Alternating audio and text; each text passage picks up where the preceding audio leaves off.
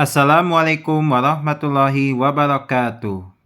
Alhamdulillahirrabbilalamin. Wabihi nasani umur dunia waddin. Wassalatu wassalamu ala asrafi anbiya wa mursalin. Sayyidina Muhammadin wa ala alihi wa sahbihi ajmain amma ba'du. Rabbi sahli sadri wa yassirli amri. Wahlul uqdatan min lisani yafqahu qawli. Subhanaka la ilma lana illa ma 'allamtana innaka antal alimul hakim. Hasbunallah wa ni'mal wakil, ni'mal maula wa ni'man nasir, wala haula wala quwata illa billahi aliyil azim. Alhamdulillah,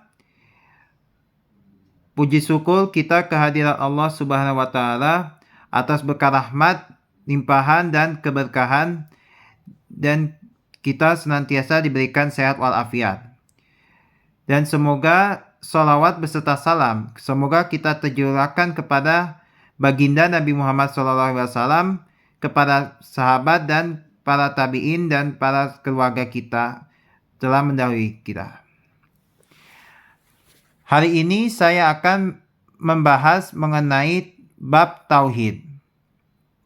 Apa yang dimaksud dengan tauhid? Di bagian pertama ada pendahuluan.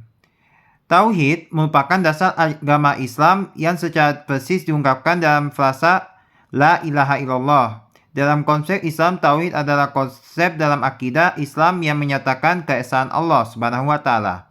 Islam mengajarkan bahwa Allah itu esa atau satu, tidak dari segi bilangan, melainkan dari segi bahwa Allah tidak mempunyai sekutu atau serupa. Allah satu dari segi zatnya, dengan makna bahwa tidak ada zat yang serupa dengan zat Allah Subhanahu wa taala. Karena zat Allah bukanlah benda dan tidak disifati dengan sifat-sifat benda. Karena Allah lah yang menciptakan seluruh benda beserta segenap sifat-sifatnya. Allah sudah ada sebelum seluruh ciptaan ini ada. Allah tidak dapat dibayangkan karena bayangan benak manusia hanya bisa menjangkau hal-hal yang biasa dijumpai, dilihat, didengar, atau dirasakannya dengan panca indera. Dan Allah tidaklah serupa dengan hal-hal demikian. Mengamalkan tauhid dan menjauhi syirik merupakan konsekuensi dari kalimat syahadat yang telah diikrarkan oleh seorang muslim. Kata tauhid adalah kata benda infinitif atau masdar dalam bahasa Arab wahada yuwahidu tauhidan, yang berarti menyatukan, menjadikan satu, atau menyifati dengan kesatuan.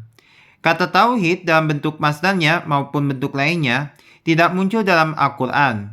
Kata ini muncul di beberapa hadis Nabi Muhammad SAW dalam bentuk kata kerja. Bab yang selanjutnya yaitu bagian dalil Al-Quran dan hadis tentang tauhid. Allah Subhanahu wa taala berfirman di dalam Al-Quran surah At-Taubah ayat 31, A'udzubillahi minasyaitonirrajim. Wa ma umiru illa liya'budu ilaha wahida. La ilaha illahu subhanahu amma yusrikun. Yang artinya, padahal mereka hanya disuruh menyembah Tuhan yang Maha Esa. Tidak ada Tuhan yang berhak disembah selain Dia. Maha suci Allah dari apa yang mereka persekutukan.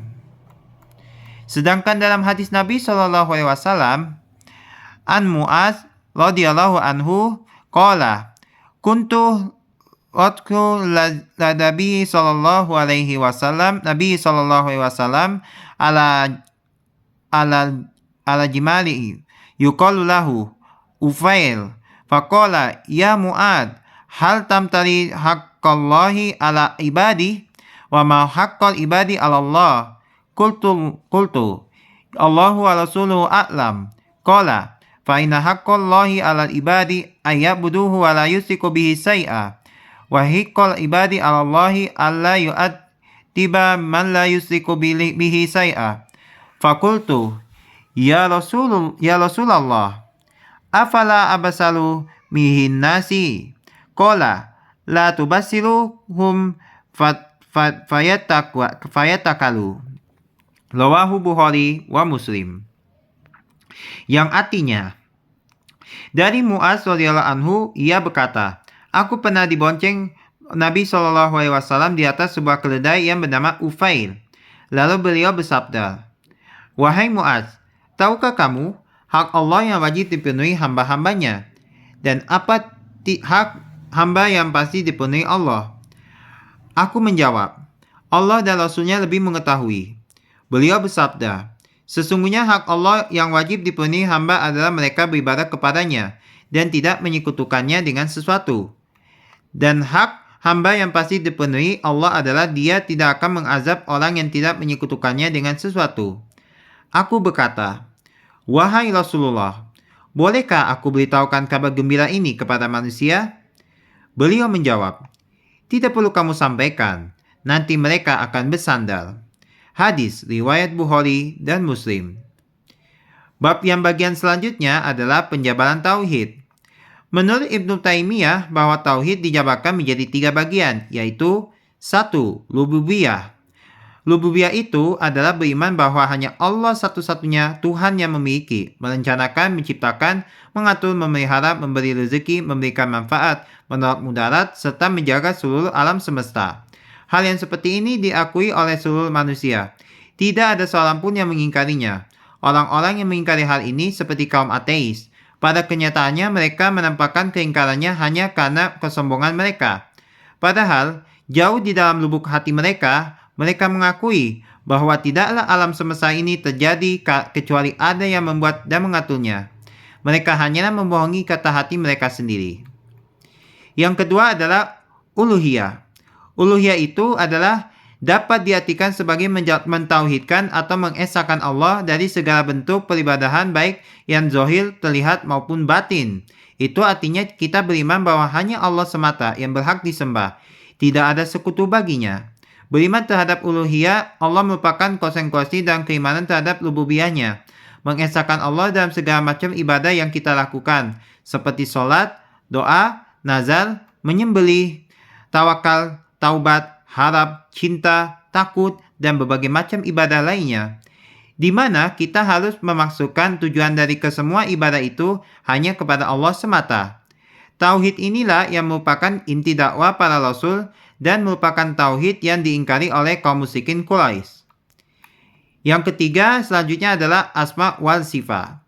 Asma wal sifat itu adalah beriman bahwa Allah memiliki nama dan sifat baik, atau kita sering disebut dengan Asmaul Husna, nama-nama yang terbaik, yang sesuai dengan keagungannya yang telah Allah tetapkan di Al-Quran dan hadis atau As-Sunnah.